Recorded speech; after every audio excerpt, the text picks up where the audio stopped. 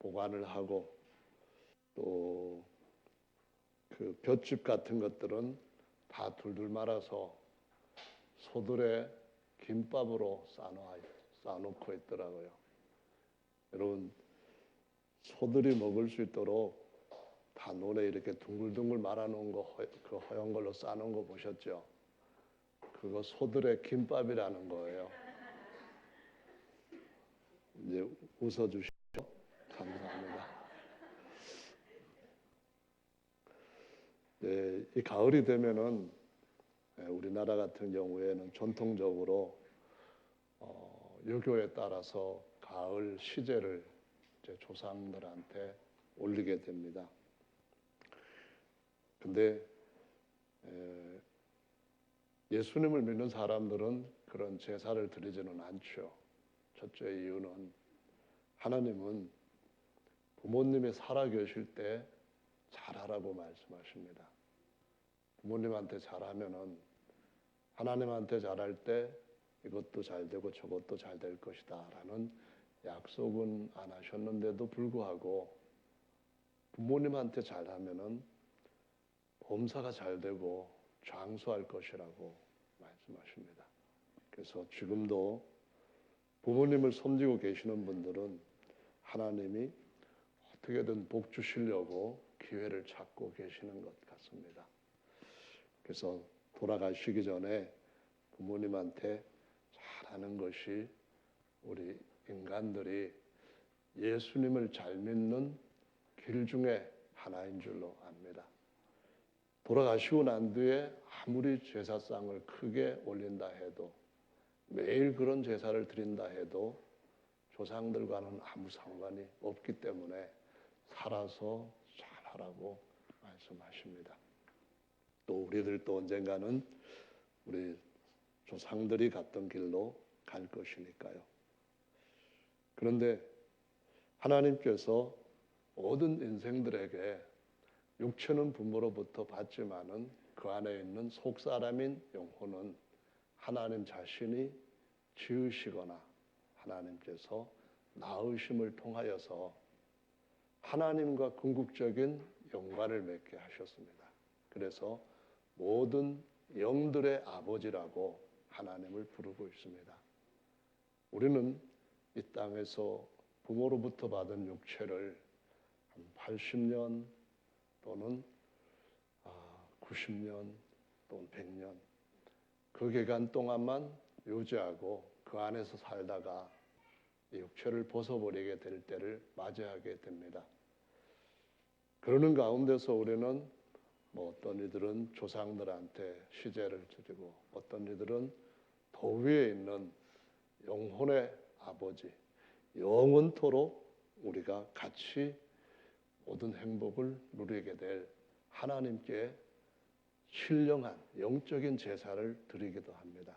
그래서 1년에 한 번씩 세상 사람들은 조상한테 제사를 하지만은 또는 한식 때도 하기도 합니다만은 우리는 특별히 1년에 한 주를 하나님 앞에 우리 영혼에 대한 감사하는 예배를 드리게 되죠.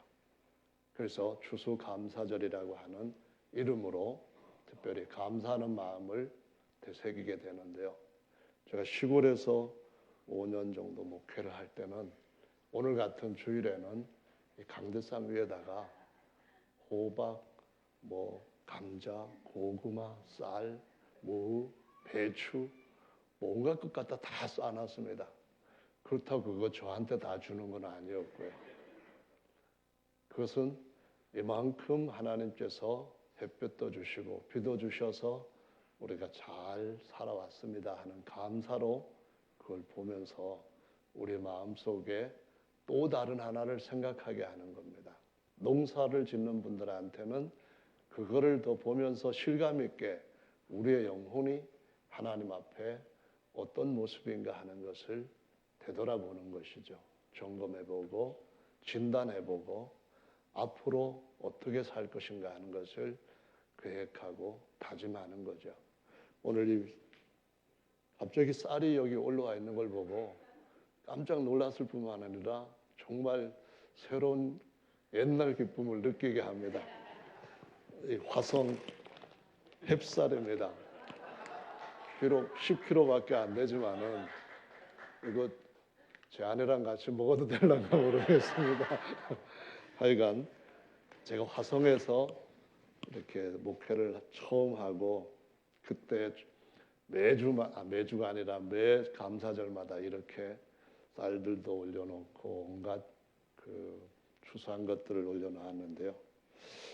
오늘 이 성경 말씀에서 보시면은 우리 모두가 다 언젠가는 하나님 집으로 하나님의 씨의 좋은 열매가 되어서 돌아가야 될 때가 온다고 말씀하시고 있습니다. 때로는 연중에 이렇게 조금씩 거둬들이기도 하지만은 오늘 본문 말씀을 보면은 예수님께서 오실 때에는 모든 것을 다 한꺼번에 추수하실 때가 된다고 말씀하십니다. 그래서 지금은 어떤 때인가 가만히 살펴보면은 정말 주님이 오셔야 될 세상의 죄가 점점 관영해지는 때라고 가르쳐 주시고 있습니다. 저 충청도 사람인데 제 아내도 충청도 사람이고 그래서 저는 충청도 사람이 굉장히 착하다고 생각을 해왔습니다. 근데 11월 8일 날 충청도 그것도 저희 제천과 가까이 그렇게 멀지 않은 진천이라고 하는 곳에서 문중 시제를 드리던 어떤 분들이 그 앞에 많은 재물들을 차려놓고 제사를 하는데 휘발유를 뒤에서 그 절하는 사람들 그 문중들한테 뿌리고 불을 질러버려서 12명이 사상을 당하게 되었다는 기사를 봤습니다. 12명 중에 한 명은 그냥 화상으로 돌아가셨고 거의 그 돌아가실 정도의 중상이 5명이고 경상이 또 나머지 분들이라고 얘기를 하는데요. 이분들이 이런 좀 끔찍한 갈등을 갖고 또 이런 큰 죄를 짓게 된 것은 80세인데도 불구하고 문중에서 서로 재산 다툼이 있다 보니까 이런 일을 저질렀다고 합니다. 80세면은 앞으로 살아도 오래 못 사는 그러한 많은 세월을 이 세상에서 보낸 분들이고 남은 날이 훨씬 적은 분들인데도 불구하고 이런 끔찍한 일을 한 것을 볼 수가 있습니다. 그래서 세상이 점점 더 악해져 가면 악해져 가지 더 선해질 수는 없다는 것을 생각해 보면은 모든 악을 다 없애버리시고 다시는 눈물도 슬픔도 없는 하나님의 다스리는 나라가 와야 될 것이라는 것을 실감을 하게 됩니다. 여러분 우리가 참 빈손으로 왔다가 빈손으로 돌아가지만은 그래도 예수님을 믿는 사람들은 그 안에 예수님을 담고 갈 때에 세상의 다른 사람들과 너무나 다른 인생을 사는 것이라고 말씀합니다.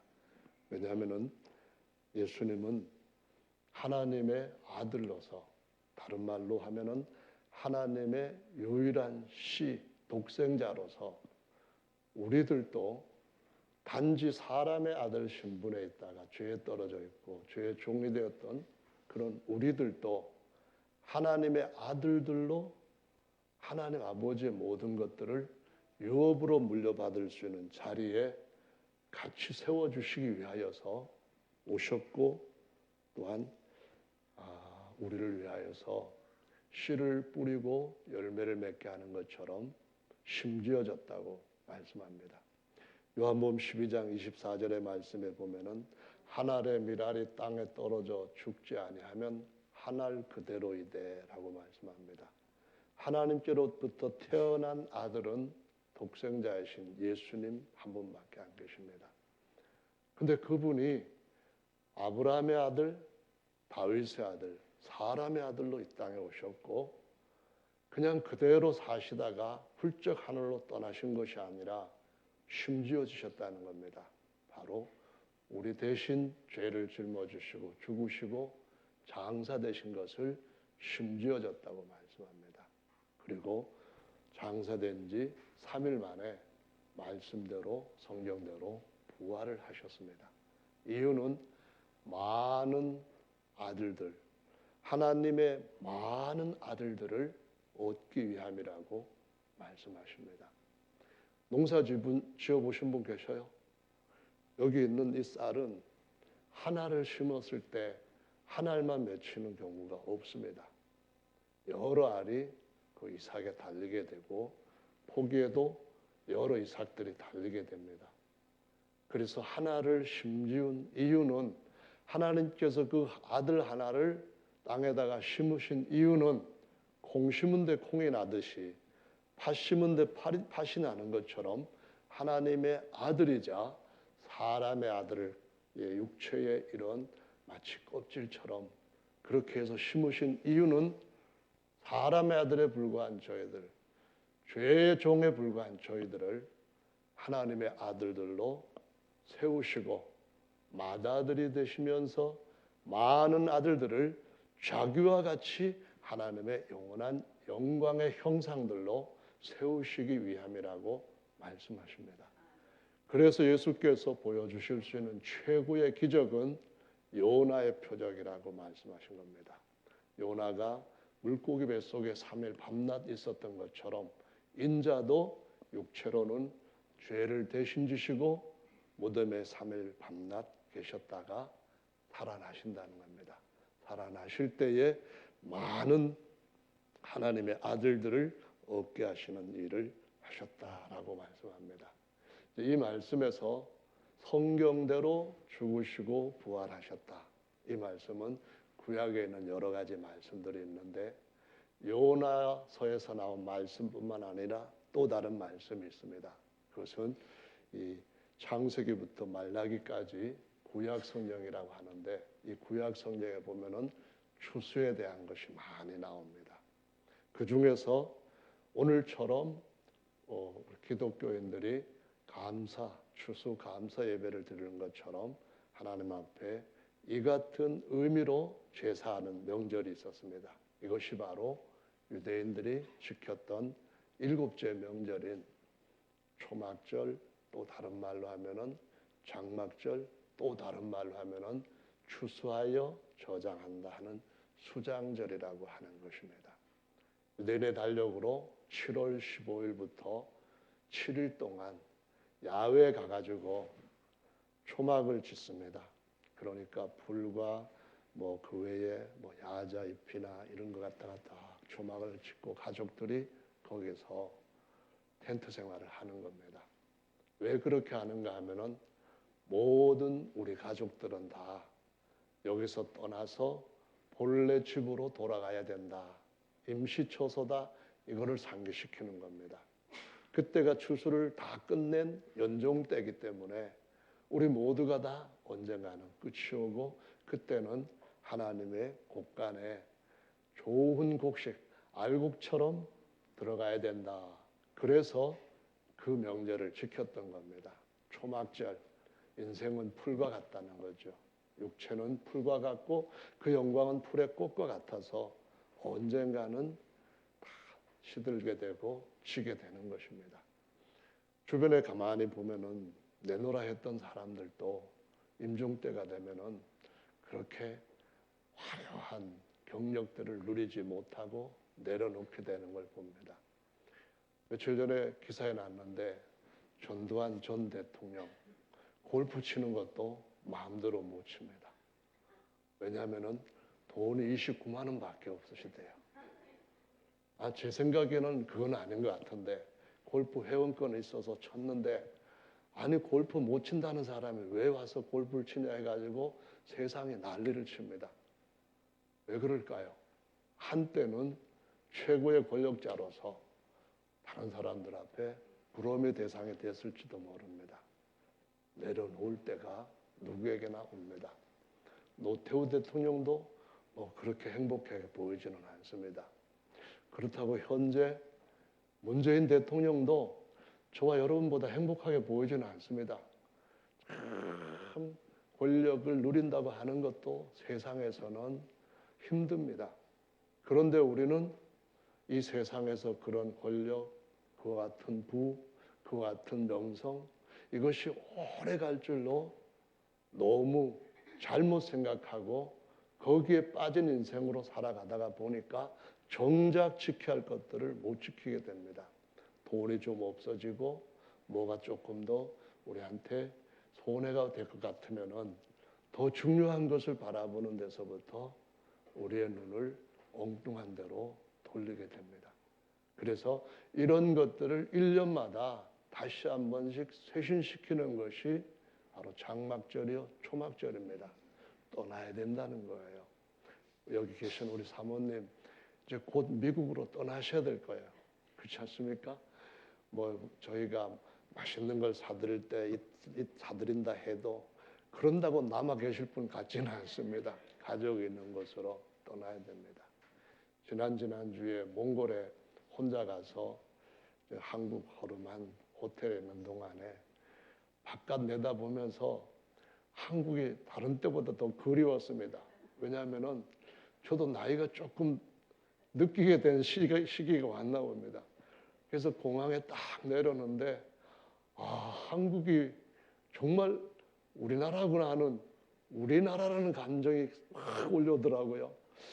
그래서 그때 참 우리 전도사님이 마중까지 나와가지고 참 한국이 좋고 친구가 좋고 성도가 좋고 교회가 좋고 하늘나라는 더 좋겠다 이런 생각을 가졌는데 지금 여기 와 있습니다. 제가 지금도 몽골에 있다고 한다면은 아마 머리가 훨씬 더 많이 빠져서 있을지도 모르겠습니다. 언젠가는 다 떠나야 된다는 겁니다. 두고 떠나야 되는 것이 감사해야 될 이유 중에 가장 중요한 바탕을 차지하고 있다고 말씀합니다. 근데 감사하는 삶은 이 땅에서 많은 것들을 하나님의 역동적인 손에 의하여서 바꾸어 주는 중요한 키가 됩니다. 열쇠가 되고요. 방향을 잡아주는 배의 키가 되는 겁니다. 그래서 성도들한테만 하나님이 주신 특별한 특권이 있고 비밀 병기가 있습니다. 그것이 바로 하나님 앞에 감사할 줄 아는 것인데요.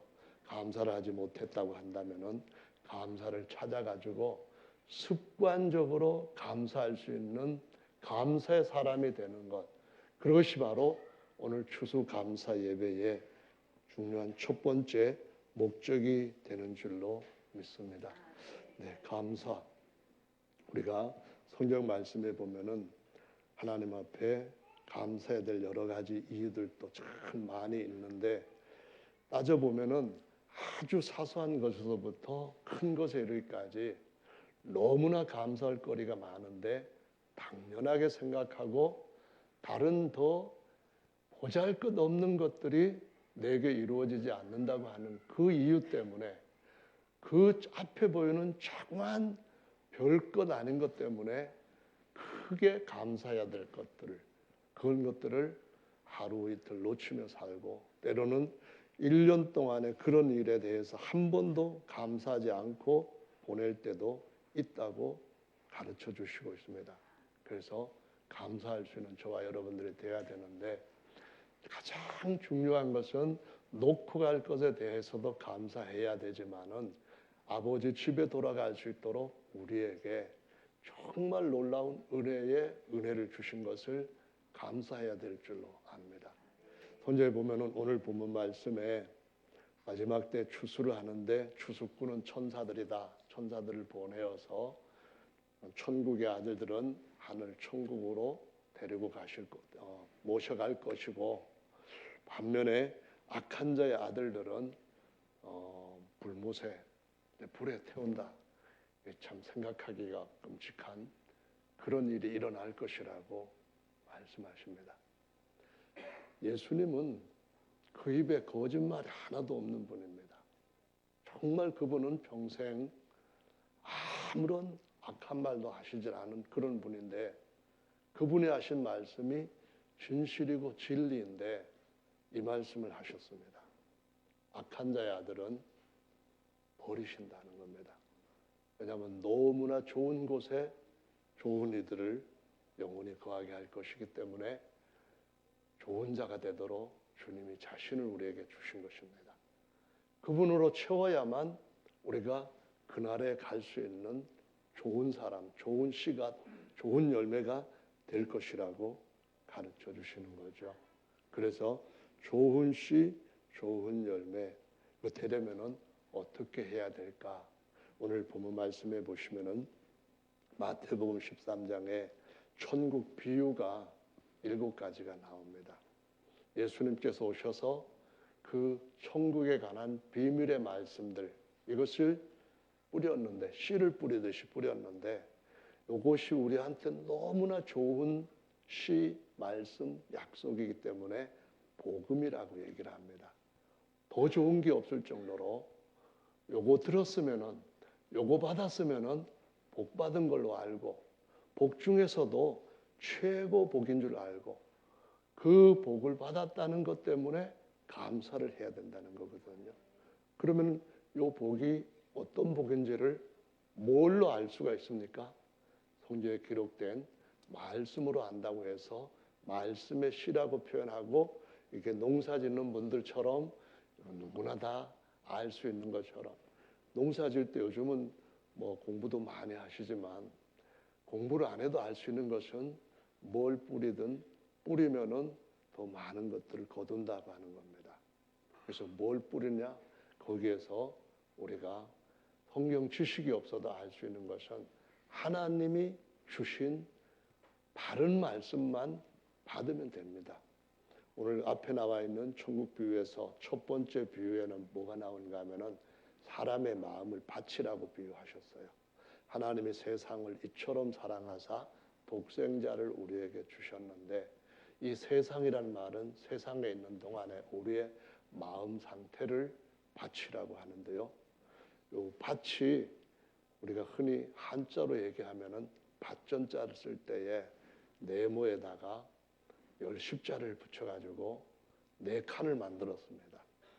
그래서 참 맞게도 밭의 종류가 4가지가 있다고 말씀하시는데, 하나는 세상적으로 그냥 언제든지 열려있는 세상적인 마음이 있고요.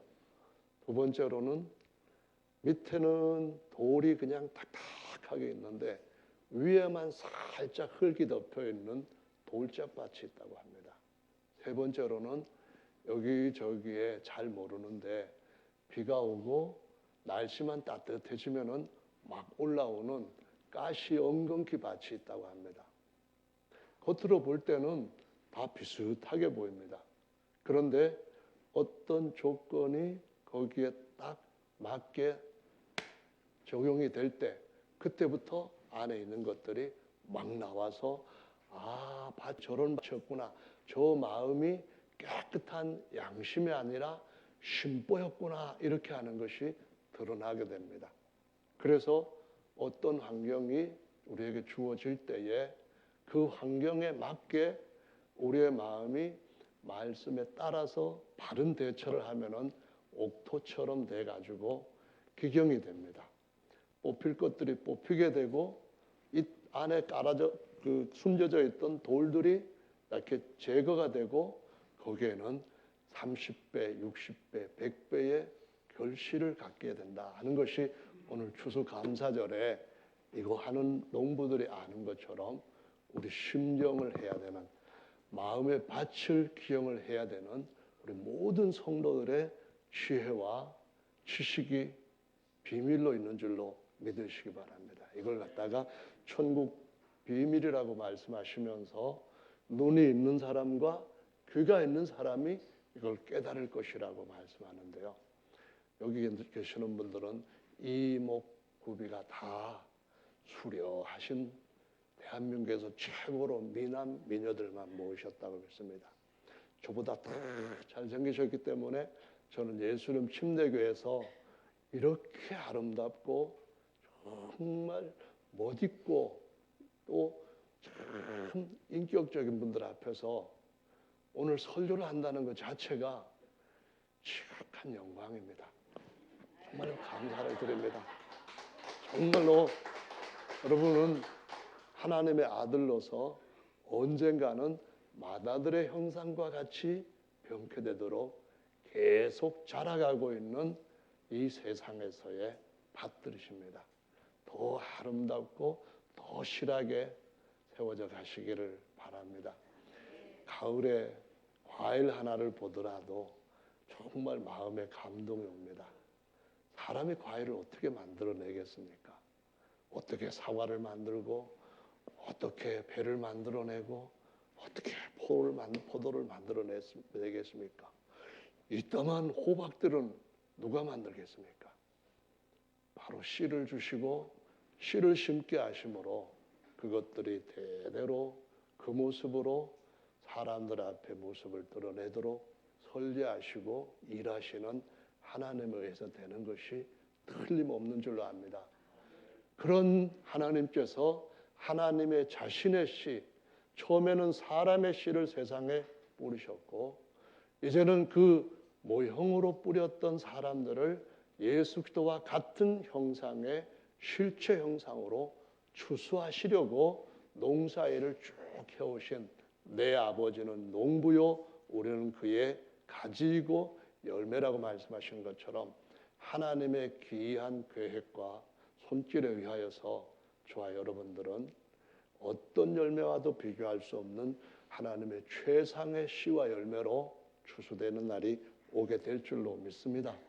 그래서 그때까지 저와 여러분들은 농사의 농부들이 하는 과정들을 그냥 성실하게 인내로 수고로 잘 살아야만 되는 줄로 믿습니다. 그래서 성경 말씀에 보면은 하나님의 말씀이 우리 심령에 뿌려질 때에 우리가 천국의 아들이 될 수도 있는데 두 번째 비유를 보니까 천국의 아들들이 아닌 악한 자의 아들이 되도록 가라지를 뿌리는 원수가 있다고 말씀을 하고 있습니다. 천국 비유와 비밀에. 그래서 우리의 마음을 잘 관리를 해야 됩니다. 어떻게 해야 되냐면은 처음에 뿌려졌던 그 곡식씨를 끝까지 잘 붙들고 우리 다음 세대한테도 이 씨를 물려줘야만 됩니다. 죄례종은 없습니다. 하나님의 말씀의 씨에서 사람들이 새롭게 개발하거나 사람들이 다시 어떻게 만들 수 있는 그런 뭐랄까요? 유전자 조작하는 것과 같은 그런 조작된 씨는 하나님 나라에는 절대로 없습니다. 그래서 본래 가르쳤던 진리의 복음이 처음에 오순절날 예루살렘에 뿌려지고 예루살렘 밭에서 유대라고 하는 사람들의 마음에 뿌려지고 사마리아 사람들한테 뿌려지고 이방인들한테 뿌려지고 미국 사람들 그 마음밭에 뿌려지고 한국 사람들 마음밭에 뿌려지고 2000년 동안 여기저기에서 말씀들이 뿌려지는데 어느 땅에는 처음서부터 전파된 좋은 곡식씨가 뿌려지지만은 어느 땅에는 사람들이 또 이상하게 자기들 좋아하는 식으로 가공한 다른 씨도 뿌려진다고 말씀합니다. 그래서 사도 바울 시대부터 이미 사도 바울은 에베소 목회자들을 불러다 놓고 이런 얘기를 합니다. 사도행전 20장 28절 말씀부터 있는 말씀인데요. 거기에 보시면은 너희는 자기를 위하여 또 온 양떼를 위하여 삼가라.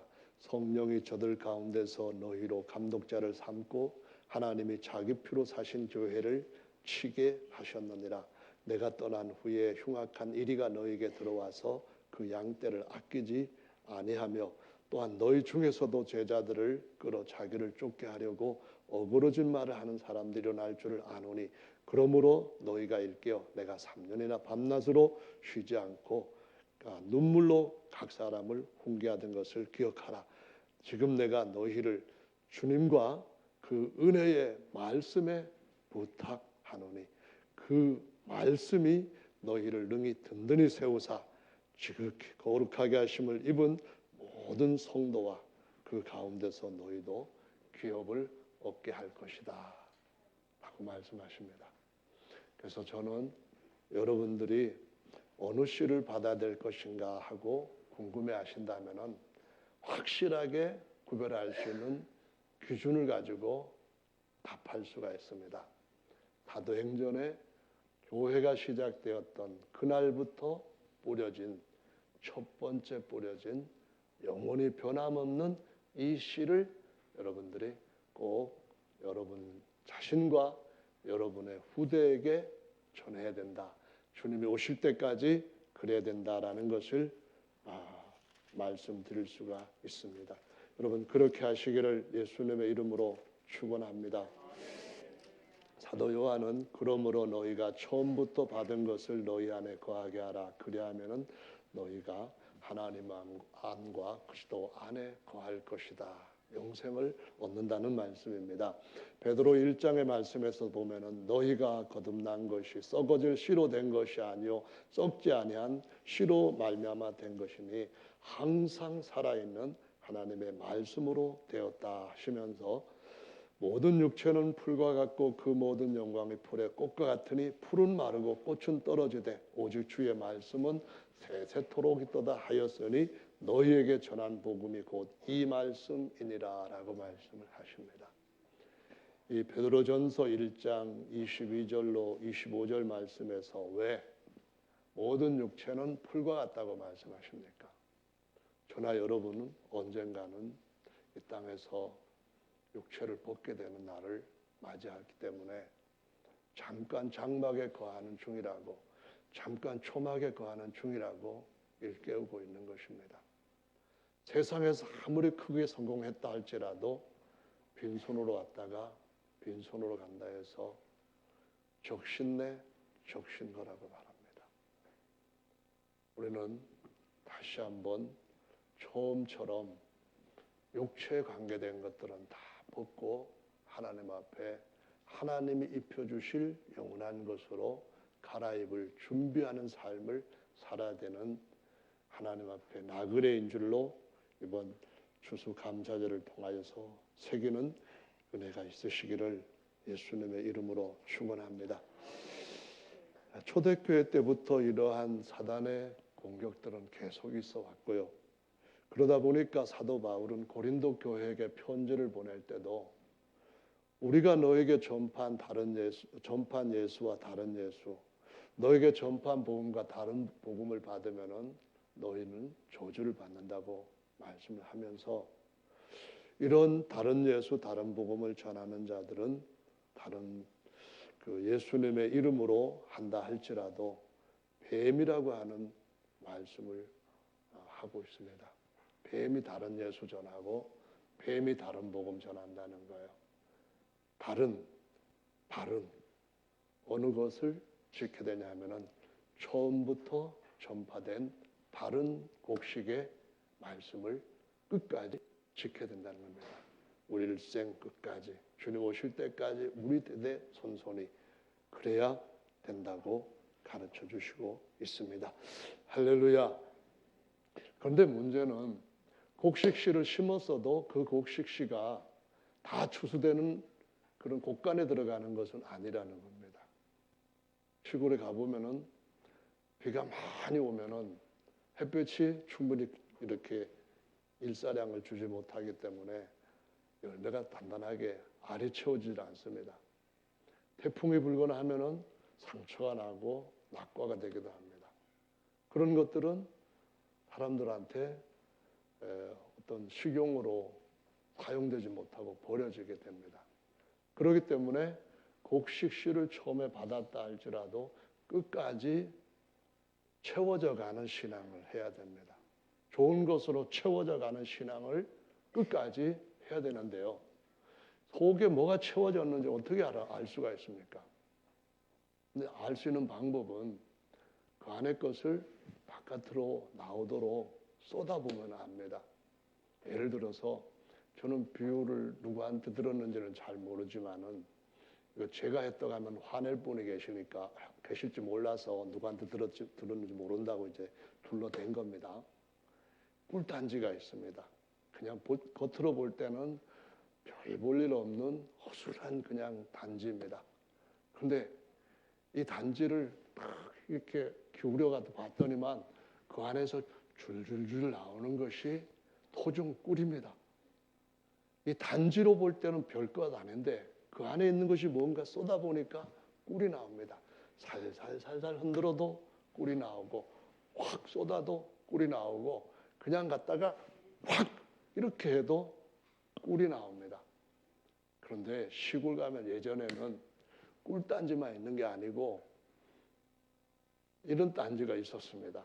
뭔지는 여러분이 귀가 있으시면 알아들으실 거고 눈이 있으면 보실 겁니다.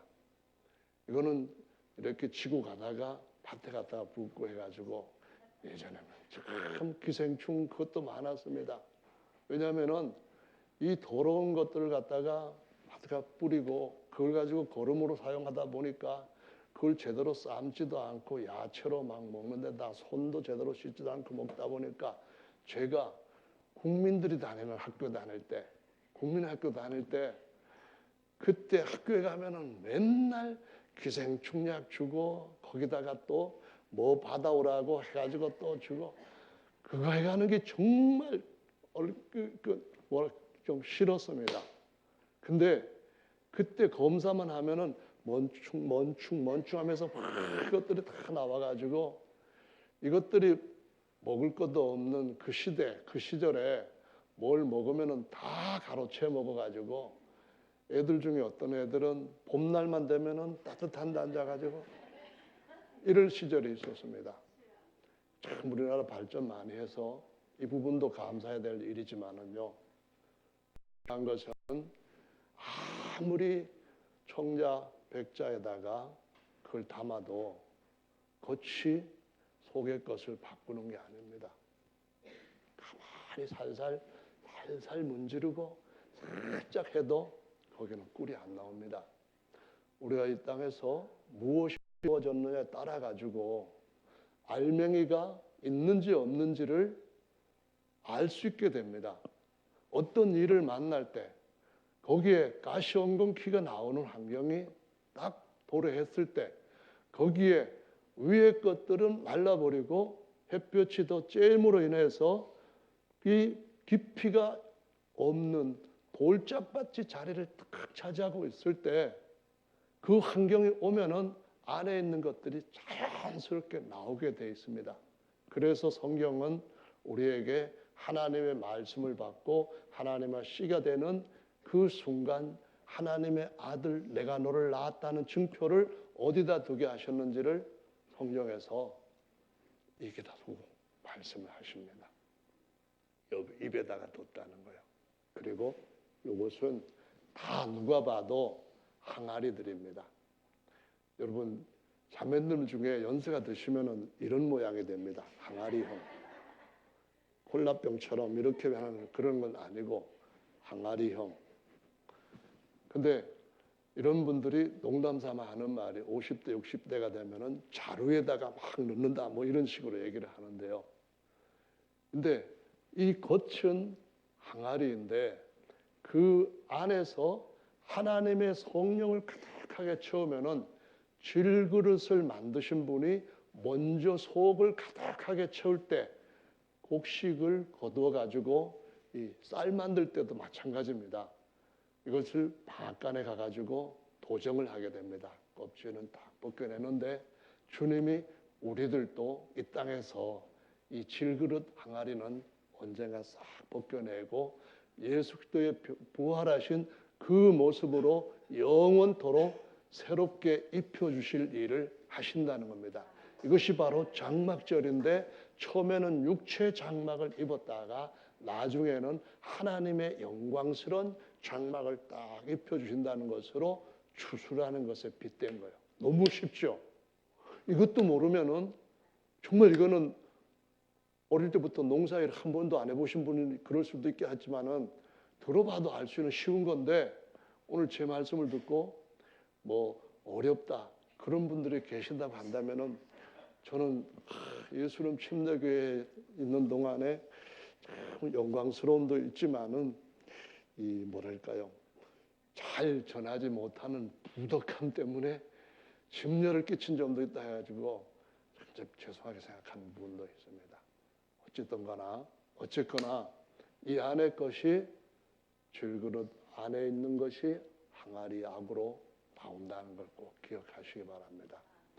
하나님이 우리에게 성령으로 오시게 될 때 성령 침례라는 말씀을 사도행전 2장에서 하시는데, 성령이 말하게 하심을 따라 다른 방언을 말한다 이렇게 말씀합니다. 왜 그러냐 하면은 이 하나님이 질그릇을 만드는 토기장이셨는데 이 안에다가 옛날에는 정말 나쁜 것들이 다 우리가 채워가지고 온갖 탐욕과 나쁜 생각과 뭐 이런 것들만 가득 차 있다가 성령 거룩한 의로운 것들로 쫙 채우게 되고, 이것이 가득하게 채워질 때에 잠겼다, 그 속에 푹 들어갔다 해서 침례라는 말을 쓰는 거거든요. 그래서 성령 침례를 받게 될 때에 우리의 모습이 완전히 달라지게 되는데, 마태복음 12장 33절 말씀부터 한번 보시면은요, 나무도 좋고, 찾아서 읽어보시면은 더 좋아요.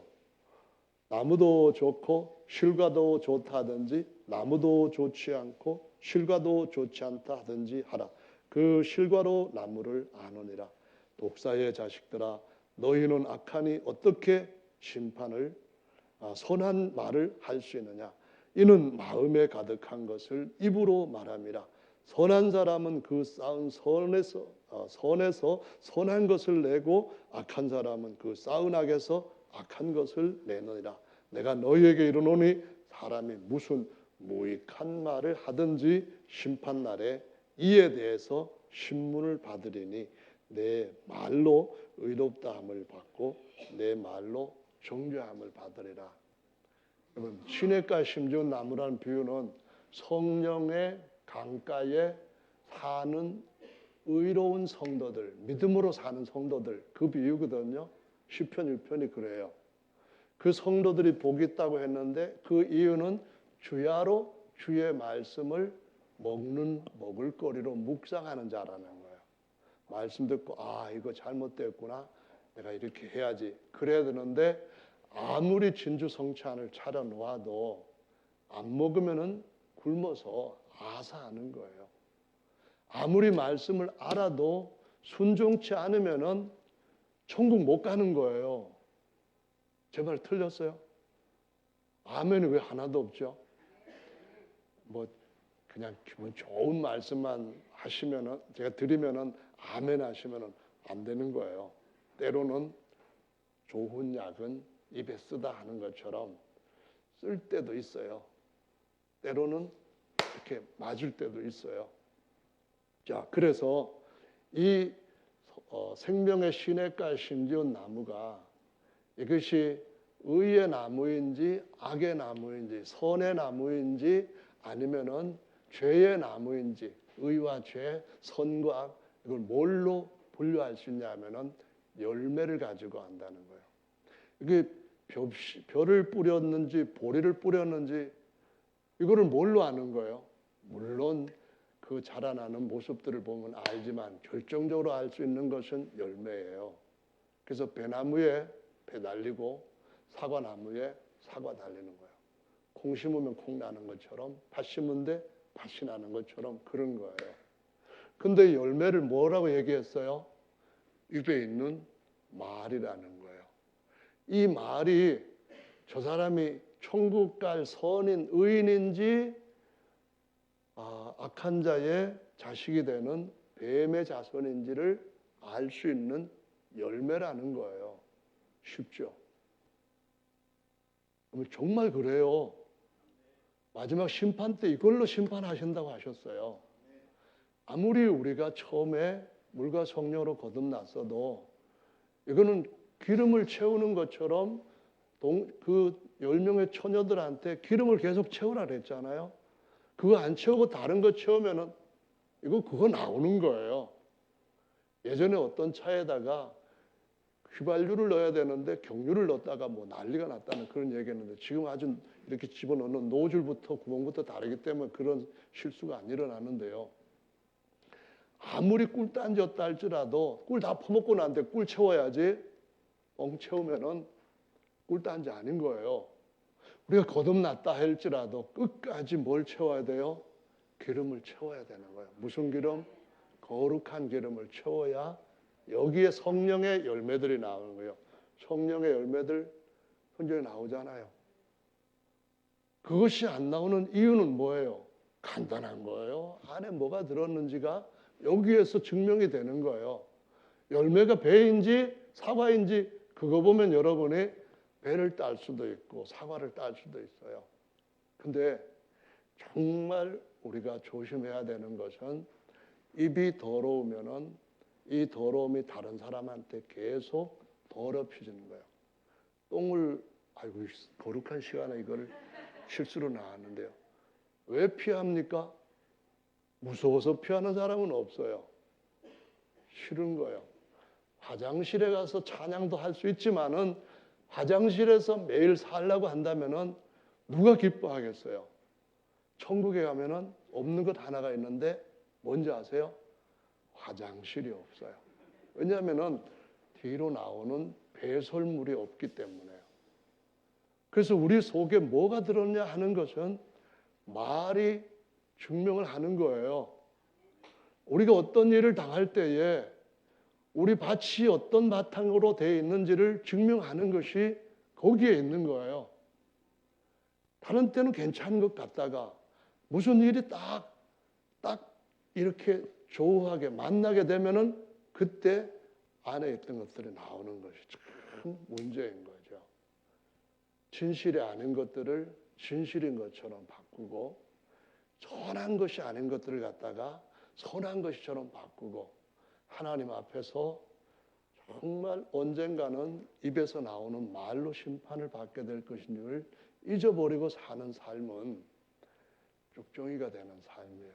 스스로 모든 복들을 포기하는 정말 어리석고 참 부도덕한 삶이라는 것이죠.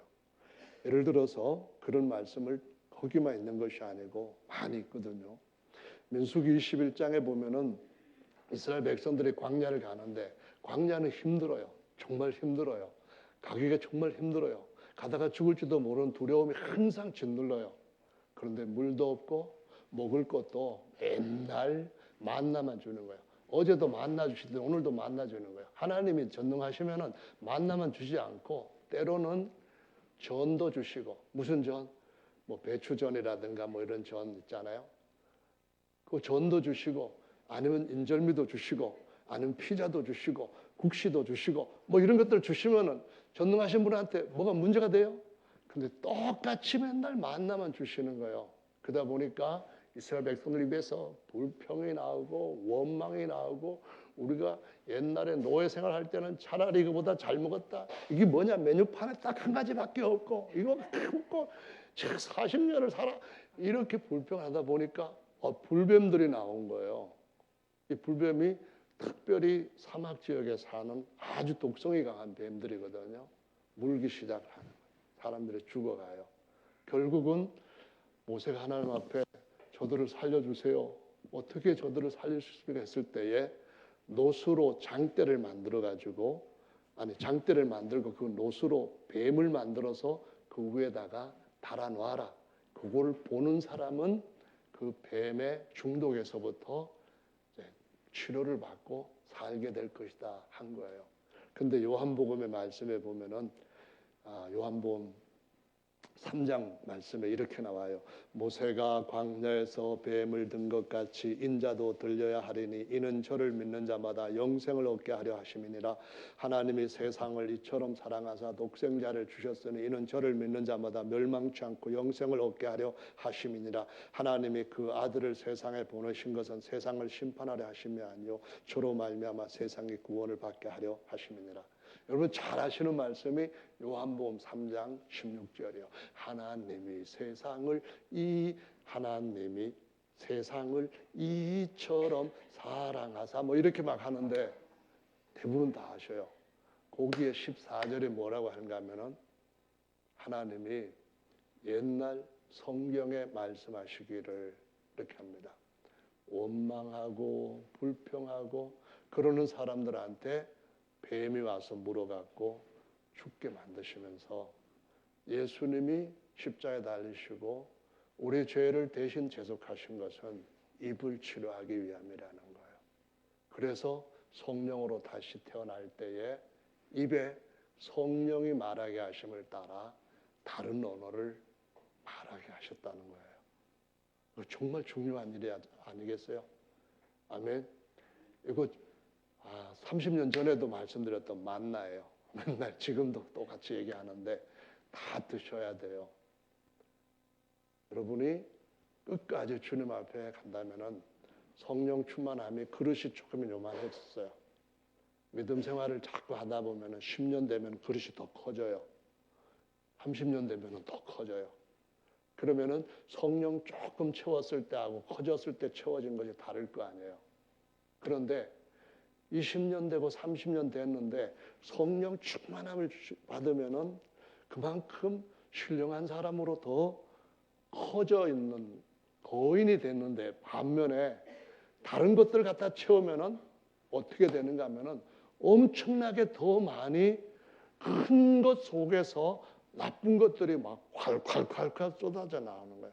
조그만 호루병에서 나오는 게 아니라 어마어마한 단지에서 막 그냥 이 입에서부터 나쁜 것들이 쏟아져 나오는 이런 삶이 하나님 마지막 때에 안 된다라고 가르쳐 주십니다. 안 된대요. 그 어떻게 되는가요? 커졌으면은, 감사도 커지면은 정상인 줄로 믿으시기 바랍니다. 우리는 주의 이름을 부르는 자다, 그렇게 성경에서 우리한테 라벨을 붙여버리셨어요. 주의 이름 부른다 할 때 하나님 앞에 찬양하는 이름 부르는 자들이에요. 이 입을 예수님 이름 부르는데 하는 거예요. 주님 이게 뭡니까? 맨날 만나만 주시고, 그게 아니라 광야에서 만나를 3일만 안 먹어봐봐요. 그러면 감사가 나오든가 아니면은 다른 게 나오든가 할 거예요. 뭐가 나와야 정상인 거예요? 만나를 하나님이 다 요리도 안 해도 먹고 살 수 있게끔 주셨는데, 그래 생각하면은 감사할 수밖에 없잖아요. 우리 모든 삶도 나그네이니까 땅에 사는 동안에는 각박한 것들이 있어요. 그래도 키우시되 뭘 키우시냐 하면은 어제도 감사, 오늘도 감사인 것은 어제도 먹을 거리 그냥 주시더니 오늘 또 먹을 거리 그냥 주셨고, 아이고 7일째는 밖에 나가서 거두지도 않았는데 어제 거둔 거 그냥 먹게 하시니 감사. 이렇게 7일 동안 한 번도 금식 안 시키고 먹여주신 주님 감사, 그렇게 나와야 되는데 사람들의 마음속에 사단이 다른 것들을 집어넣기 시작하면 부패해지면서 달라지는 거예요. 감사거리도 감사가 아니고 불평과 원망으로 막 나온다는 거예요. 그래서 형님 말씀해 보니까 로마서 3장 10절에는 뭐라고 말씀하시는가 하면은, 이 죄인들이 모든 사람이 공통으로 갖고 있는 특징이 목구멍은 열린 무덤이요, 혀는 독사의 독이 가득하고 입술에는 온갖 거짓과 악독이 가득하다, 이렇게 말해요. 여기부터 여기까지, 요 입까지, 요거 전체가 다, 셋이 다 나오는 게 그렇다는 거예요. 그런데 하나님의 성전으로 딱 받게 되면은 열린 무덤이 아니라 열린 성전이 되어서 하나님이 모든 좋은 것들을 우리 삶 가운데 주시는 것을 찬양하게 된 것이 아니겠습니까? 찬양할 수 있어요. 그러면은 하나님이 더 위에 더하여 주시는 은혜가 있는 줄로 믿습니다. 주의 이름 부르는 것 중에 두 번째가 기도예요. 그래서 기도하는 자, 주의 이름을 부르는 자는 구원을 얻으리라 그랬는데요. 하나님께서 악인들과 의인들을 구별시켜서 공평으로 대하시는 가장 중요한 근거가 뭡니까? 믿음이거든요. 하나님이 선하시다. 하나님이 그 의로운 뜻을 다 이루신다. 하나님은 막힘이 없이 실패 없이 우리 인생을 관리하시고 세우신다. 이 믿음을 가지고 하나님 앞에 기도하는 거잖아요. 아멘. 내게 구하라. 그러면 내가 너희에게 주겠다는 거예요. 아무리 농부가 비료를 많이 갖다 준다고 해서 이게 잘합니까? 죽으면 아무것도 해결할 수 있는 방법이 없어요. 곡식 심었다가 물에 볶아가지고 씨 뿌렸다 자라질 않습니다. 오직 물 주는 것도 사람이 할 수 있는 한계에 있고 다른 어떤 거름 주는 것도 없지만은 자라게 하시는 분은 오직 하나님밖에 없으시다는 것은 지금까지 변함이 없는 진리입니다. 그러면은 하나님 앞에 기도하면은 우리의 모든 삶에 성장이 오는 줄로 믿습니다. 온다는 것을 많은 경험자들이 우리에게 보여주고 있기 때문에 그들한테 주셨는데 왜 우리는 안 주시겠습니까? 주신다는 말씀이에요. 하나님은 일양 미쁘시기만 한 분이기 때문에 세 번째 주의 이름을 부른다고 할 때 축복입니다. 하나님을 향하여서는 감사이고 하나님이 주신 은혜를 따라서 우리 주변에 있는 분들한테는 축복입니다. 여보 정말 감사해요. 제가 어제 우리 형제들과 같이 잠깐 어딜 갔다 오면서 우리 형제들이 저보고 자기야 그래 보래요.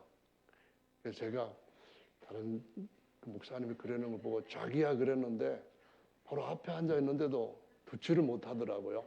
자기야 그런데 나를 자기야 부를 사람은 지금까지 없었다. 이 고정관념에 딱 들어가지고 선아마 이렇게 부르면은 멀리 있어도 딱 보는데 듣는데 가까이서 자기야 그랬더니 못 알아듣더라고요.